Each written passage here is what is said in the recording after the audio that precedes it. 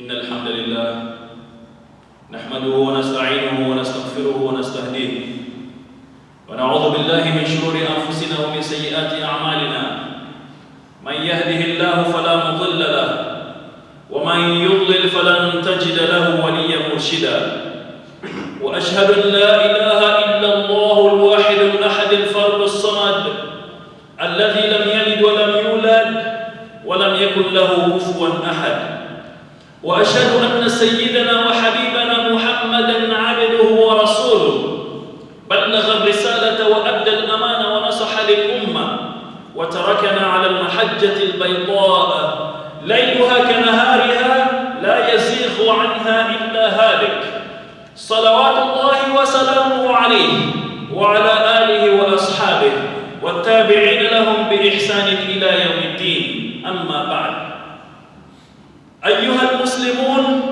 أوصيكم ونفسي بتقوى الله تعالى وطاعته كما قال في كتابه الكريم يا أيها الذين آمنوا اتقوا الله حق تقاته ولا تموتن إلا وأنتم مسلمون وقال الرسول صلى الله عليه وسلم اتق الله حيثما كنت وأتبع سيئة الحسنة تمحها وخالق الناس بخلق حسن ثم أما بعد.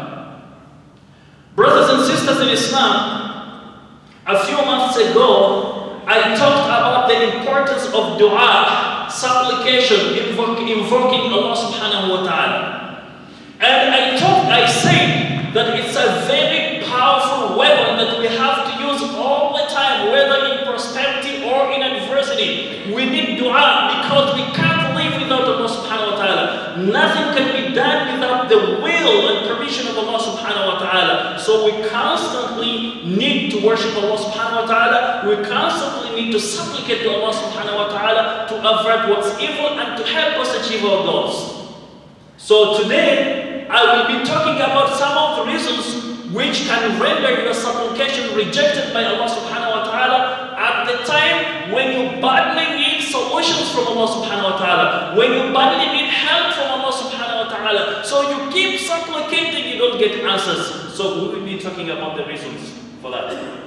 And of course, one khutbah can't be enough. Maybe another khutbah will be useful in order to talk about more other reasons why sometimes some people supplicate to Allah subhanahu wa ta'ala and their invocation gets rejected because of their own making. So brothers and sisters in Islam, before I start, there are some facts about dua which I would like to share with you.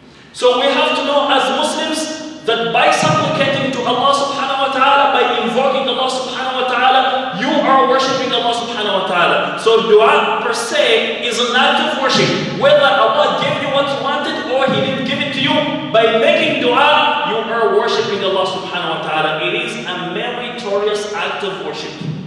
So if it is a meritorious act of worship, we should make sure that always we make use of this avenue of seeking the pleasure of Allah subhanahu wa ta'ala. And there are two types of dua. There is what they call dua mas'ala. This is a supplication in which you ask Allah subhanahu wa ta'ala to give you what you want, in which you ask Allah subhanahu wa ta'ala to make it easy for you to achieve your goals. And there is dua ul-thana, a supplication in which you praise Allah subhanahu wa ta'ala. Allah subhanahu wa ta'ala loves to be praised. He has 99 names and attributes, and the Prophet sallallahu alaihi wasallam in so many narrations has taught us how to praise Allah subhanahu wa ta'ala. And actually, according to the etiquette of dua, if you want your dua to be accepted by Allah subhanahu wa ta'ala, you have to follow the etiquette. This is, you begin your dua with praising Allah subhanahu wa ta'ala.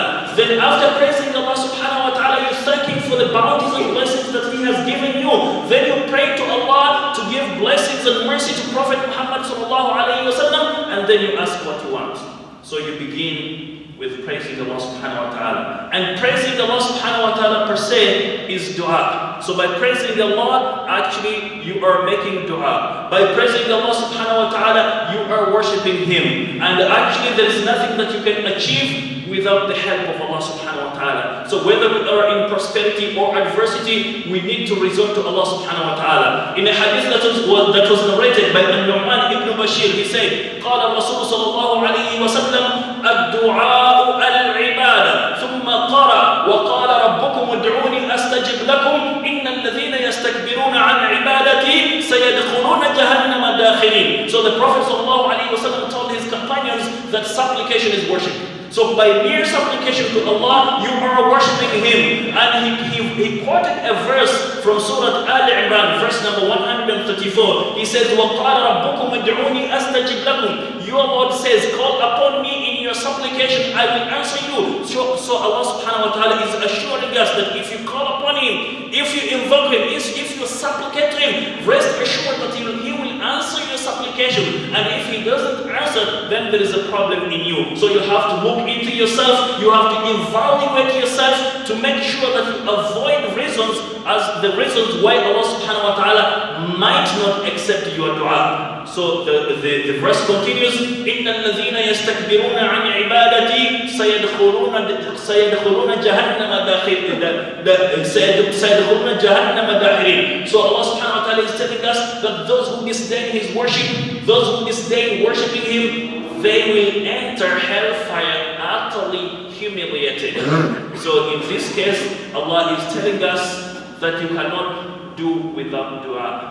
And if you feel you are arrogant, you have everything, you don't need the dua, the supplication, Allah tells you that this shows you are arrogant and your destiny will be that you will be punished in the hellfire, utterly humiliated. So in this verse, Allah is telling us that dua is worship. We are worshipping Him by making dua. So brothers and sisters in Islam, if dua is worship, so whether you have a problem or not, you should always supplicate to Allah subhanahu wa ta'ala. You should always invoke Allah subhanahu wa ta'ala. And among the things that the Prophet sallallahu alaihi wasallam would seek protection from Allah from those things was a dua that isn't heard, a dua that isn't answered. So Abu Hurairah tells us, كان من دعاء الرسول صلى الله عليه وسلم اللهم إني أعوذ بك من علم لا ينفع ومن دعاء لا يسمع ومن قلب لا يخشع ومن نفس لا تشبع. So among the supplication of the Prophet صلى الله عليه وسلم were these four things that he would always invoke Allah subhanahu wa ta'ala to make him to keep him away from them. The first one is,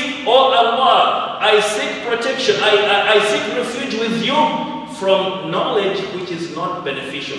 So the Prophet ﷺ is asking Allah subhanahu wa ta'ala to protect him from knowledge which isn't beneficial. So if there is any knowledge that you know can't benefit your people and it's haram according to the teachings of Islam, then you have to avoid it. Then the second one, وَمِن دُعَاءٍ لَا يُسْمَعْ, I seek refuge with you, Allah, from a supplication that isn't heard, which means I seek refuge with you from a supplication which is not replied. So I ask you to protect me, to help me, not to have a dua which will not be answered by you.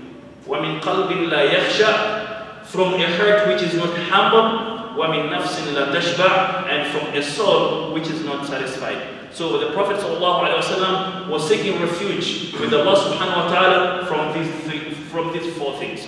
So brothers and sisters in Islam, one of the reasons why someone might be supplicating to Allah frequently and he doesn't get answers is to look miserable, dejected, in front of the people.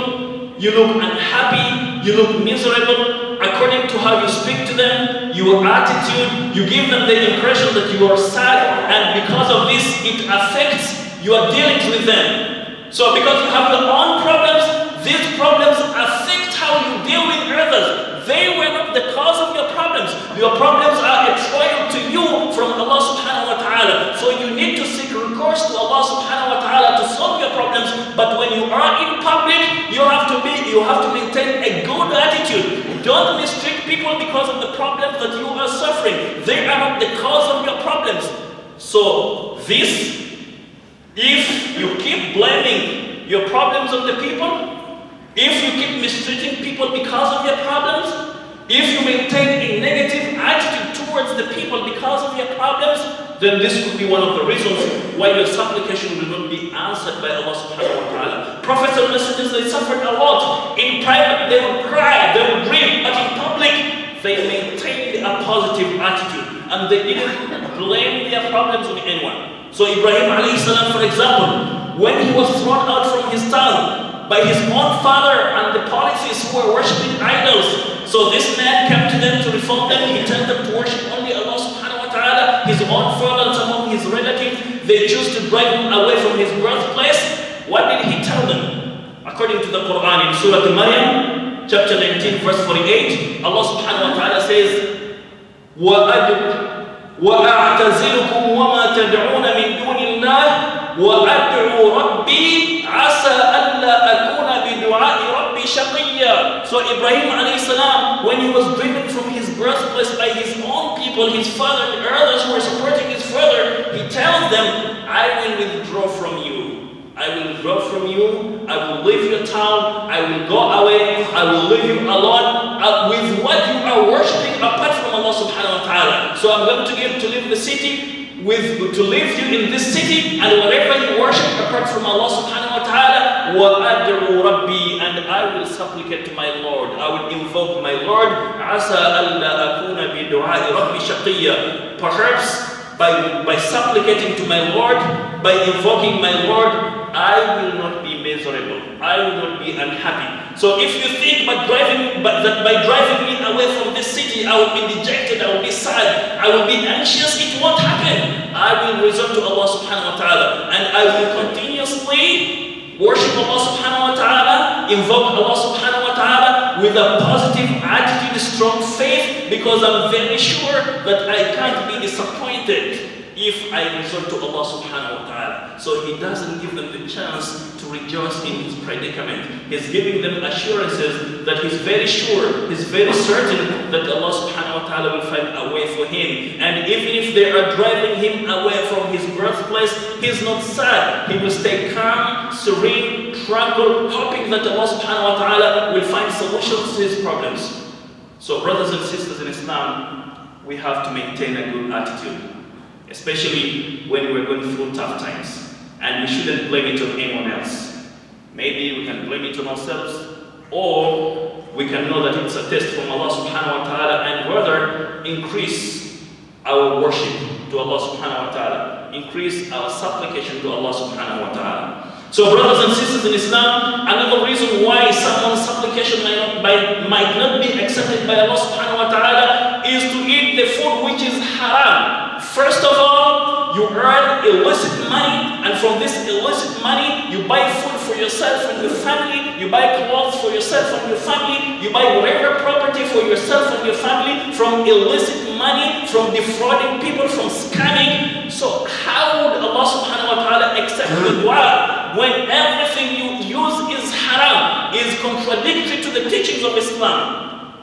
The Prophet sallallahu alayhi wa sallam, in a hadith that was narrated by Abu Hurairah, قال رسول الله صلى الله عليه وسلم يا أيها الناس إن الله طيب لا يقبل إلا طيبا وإن الله أمر المؤمنين بما أمر به المرسلين فقال يا أيها الرسل كلوا من الطيبات واعملوا الصالحات إني بما تعملون عليم وقال يا أيها الذين آمنوا كلوا من طيبات ما رزقناكم واشكروا لله إن كنتم إياه تعبدون ثم ذكر الرجل يطيل السفر أشعث أغبر يمد يديه إلى السماء يقول يا رب يا رب ومطعمه حرام ومشربه حرام وملبسه حرام وغذي بالحرام فأنى يستجاب له.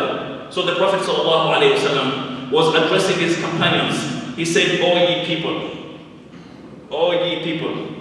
eat of what's good and nutritious which Allah subhanahu wa ta'ala has provided for you, and do good deeds. And indeed Allah subhanahu wa ta'ala is good and perfect, and He doesn't accept what's good. So Allah subhanahu wa ta'ala is perfect, is good. So whatever you do, if it isn't good, Allah won't accept it.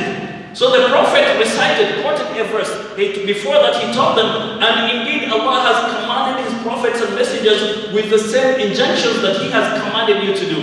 So he quoted a verse in Surah Al-Baqarah, in which Allah subhanahu wa ta'ala says, in Surah Al-Mu'minun, in which Allah subhanahu wa ta'ala says, Ya ayyuha al-rusul, kulu min at-tayyibati wa'amalu salihah, inni bima ta'maluna alim. O ye prophets, Eat of the good and nutritious foods that we have provided for you, and do righteous deeds. Indeed, I'm all aware of everything that you do. So Allah is commanding the prophets and messengers to eat what's halal and to do good deeds, and to be sure and to know that Allah subhanahu wa ta'ala is aware of everything that he does, or that they do. So again, now he addresses the believers. He says, Ya ayyuhalladhina amanu kulu min tayyibati ma razaqnakum. All you who believe, eat of the good and nutritious things that we have provided for you. And actually the word tayyib has a lot of connotations. If you describe a man as tayyib, it means he's good, he's pleasant, he's kind, he's gentle, among others. If you describe food that it's tayyib, it means it's nutritious, it's nourishing, pleasing, attractive, delicious, tasty, among others. So if you follow the instructions of Allah subhanahu wa ta'ala on what to eat and what to avoid, it will help your health. You are the beneficiary in this world and in the hereafter. So the Prophet sallallahu alaihi wasallam, after quoting these two verses, one of the verses in which Allah was addressing the prophets, encouraging them to eat what's halal, and the other one addressing the believers who are not prophets, then the Prophet ﷺ gave them an example of a man who widely travels. He travels a lot. So his hair is disheveled, he's covered with dust because he's traveling on camels or horses or whatever means that were prevalent during those times. So because he travels a lot, he's disheveled. He doesn't get time to comb the hair or to take a shower, and he's covered with dust. So this man in distress, and when he's in a problem, he raises up his hands, saying, Ya Rabbi, oh Allah, oh my Lord, give me this and that. Yet, the Prophet says, yet, mat'amu haram, his food is haram, wa malbasu haram, wa mashrabu haram, his drink is haram and lawful, his clothes are haram, and he has been nourished with haram. So the Prophet ﷺ says, فَأَنَّا يُسْتَجَابُ لَهُ. How can Allah subhanahu wa ta'ala grant him what he wants? So the Prophet ﷺ was ruling out the possibility of Allah subhanahu wa ta'ala granting this man his supplication when he continuously earns illicit money to feed himself with and his family with. So if you want your supplication to be answered by Allah subhanahu wa ta'ala, avoid haram. Don't be a cheater, don't be a liar, don't be a scammer, among others. If you continue doing that, rest assured that Allah won't accept your supplication because you are not respecting His injunctions.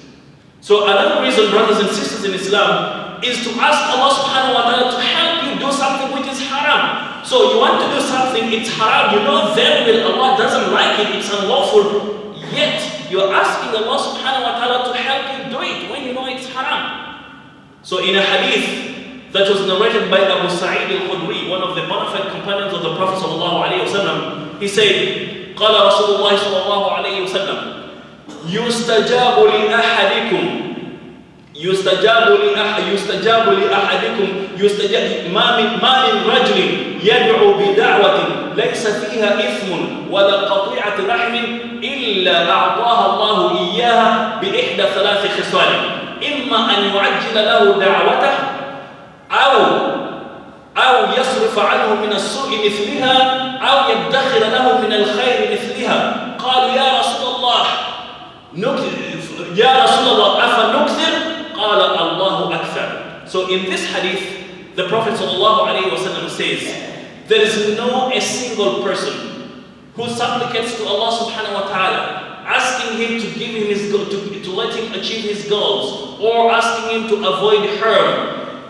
So long as this person does not ask Allah subhanahu wa ta'ala to give him something which is sinful, to give him something which is haram, and so long as this person does not ask Allah to help him sever the ties of kinship. What does it mean? So someone, for example, wants to steal, so he's asking Allah to help him steal and to make him successful in stealing. Or someone, for example, has been helping his family members, has been loyal to his kith and kin, but in return they mistreat him. So he's asking Allah subhanahu wa ta'ala to help him revenge over what they did. So Allah cannot help you to do something something which is wrong. And actually, by asking Allah subhanahu wa ta'ala to help you commit a sin successfully, you are disrespecting Him. So how can Allah subhanahu wa ta'ala reply? Or how can Allah subhanahu wa ta'ala respond to your supplication? So the Prophet sallallahu alayhi wa sallam says, if you fulfill all those conditions, Allah will respond to your supplication in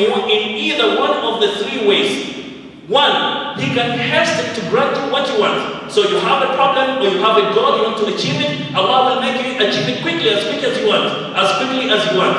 Or Allah subhanahu wa ta'ala might grant you the like of it of good. Not necessarily the same thing that you're asking Him to give you, but He might give you something similar, because according to His infinite wisdom, He knows what's better for you. Or He can work off an evil which would have affected you. So brothers and sisters in Islam, either way, if you fulfill all the conditions of supplication, if you do not supplicate something which is wrong, if you follow the instructions of the Prophet ﷺ in supplicating to Allah, rest assured that Allah subhanahu wa ta'ala will respond in a way that is better for you. So if the response is late, do not complain. There is wisdom in that. So rest assured that even if, for argument's sake, you don't get what you wanted, it's an act of worship. So supplicating to Allah is an act of worship for which you get a lot of rewards.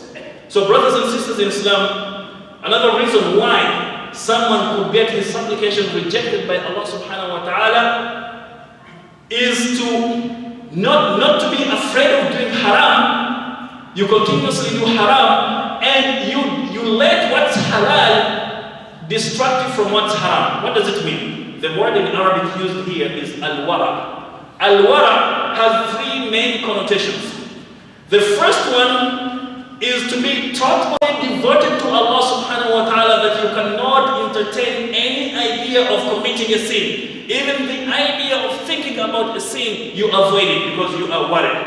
Because you fear Allah subhanahu wa ta'ala, you love Him, so you have a devout mindset not to disobey Allah subhanahu wa ta'ala.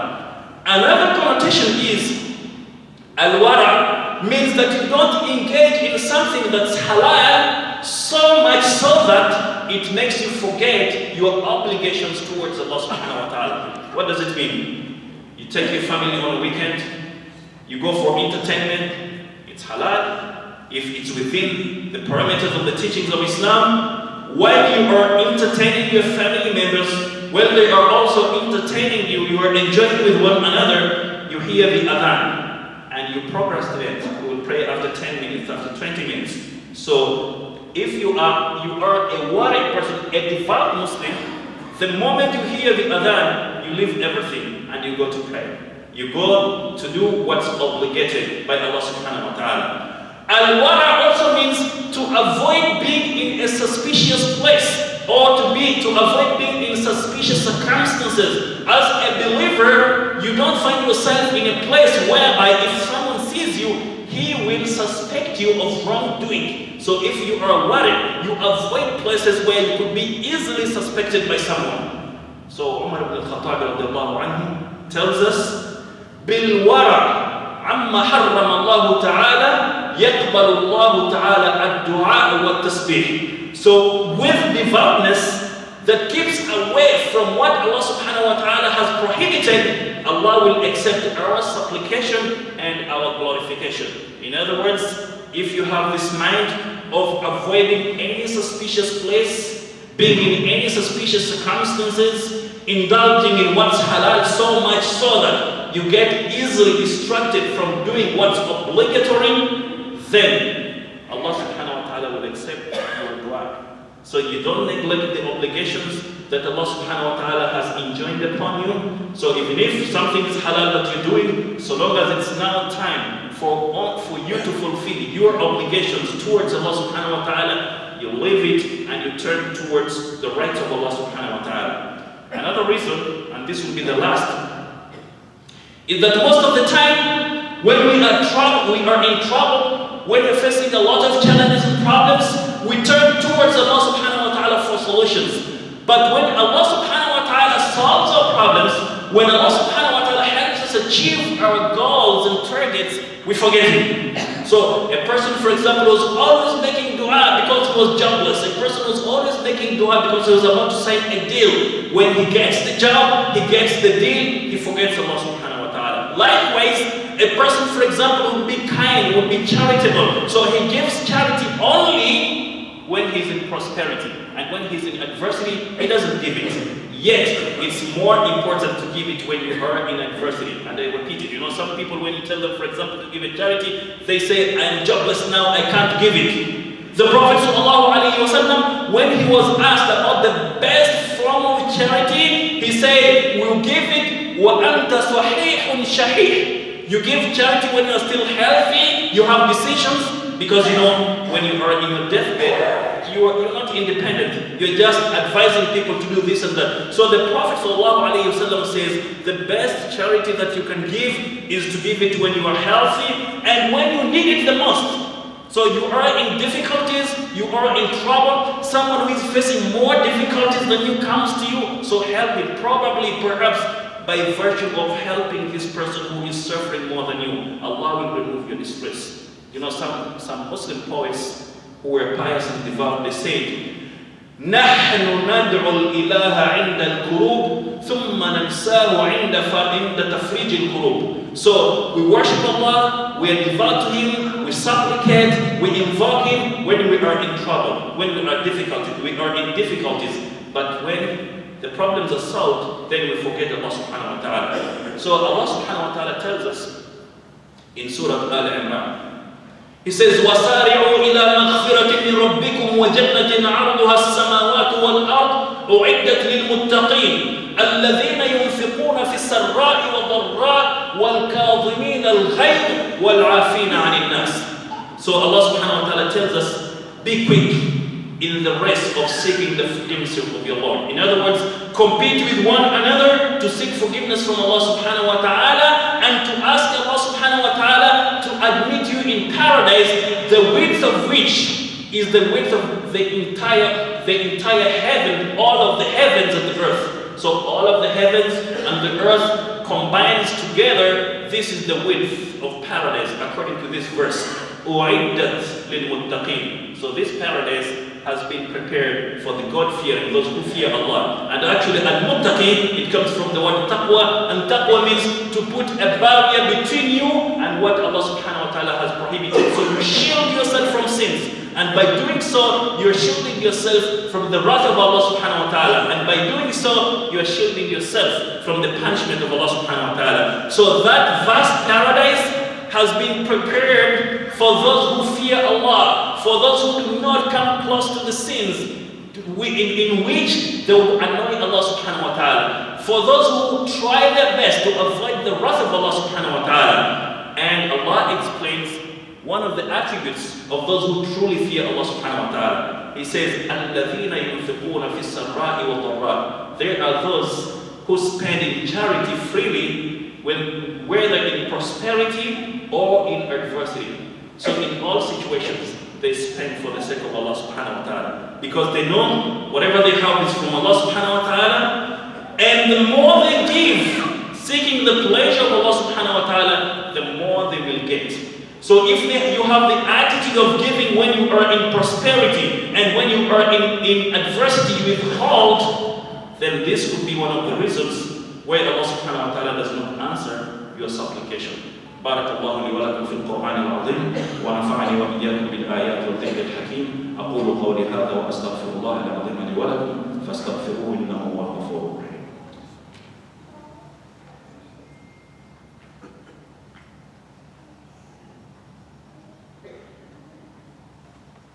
الحمد لله الذي هدانا لهذا وما كنا لنهتدي لولا أن هدانا الله وأشهد أن لا إله إلا الله وحده لا شريك له وأشهد أن سيدنا محمدا عبده ورسوله.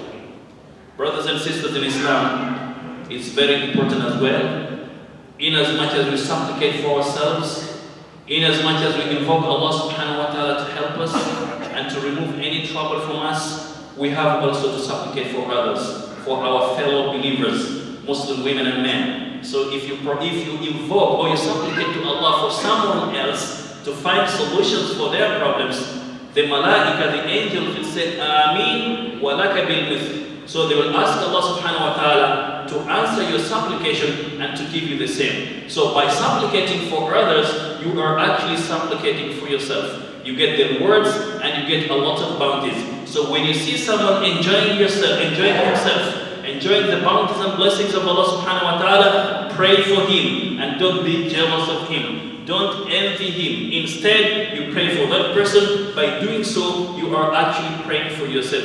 And by being envious and jealous, this could be one of the reasons why your supplication will not be accepted by Allah subhanahu wa ta'ala. وصلوا وسلموا على من أمرتم بالصلاة والسلام عليه عموما بقوله تعالى إن الله وملائكته يصلون على النبي يا أيها الذين آمنوا صلوا عليه وسلموا تسليما اللهم صل على محمد وعلى آل محمد كما صليت على إبراهيم وعلى آل إبراهيم وبارك على محمد وعلى آل محمد كما باركت على إبراهيم وعلى آل إبراهيم إنك حميد مجيد وارض اللهم عن الأربعة الخلفاء الراشدين أبي بكر وعمر وعثمان وعلي وعن سائر أصحاب رسول الله صلى الله عليه وسلم أجمعين اللهم أعز الإسلام والمسلمين وأذل الشرك والمشركين ودمر أعداءك أعداء الدين اللهم ربنا ورب كل شيء فالق الحب والنوى ومنزل التوراة والإنجيل والفرقان نعوذ بك من شر كل شيء أنت آخذ بناصيته يا أرحم الراحمين اللهم لا مانع لما أعطيت ولا معطي لما منعت ولا ينفع ذا الجد منك الجد ربنا آتنا في الدنيا حسنة وفي الآخرة حسنة وقنا عذاب النار اللهم اجعل هذا البلد آمنا مطمئنا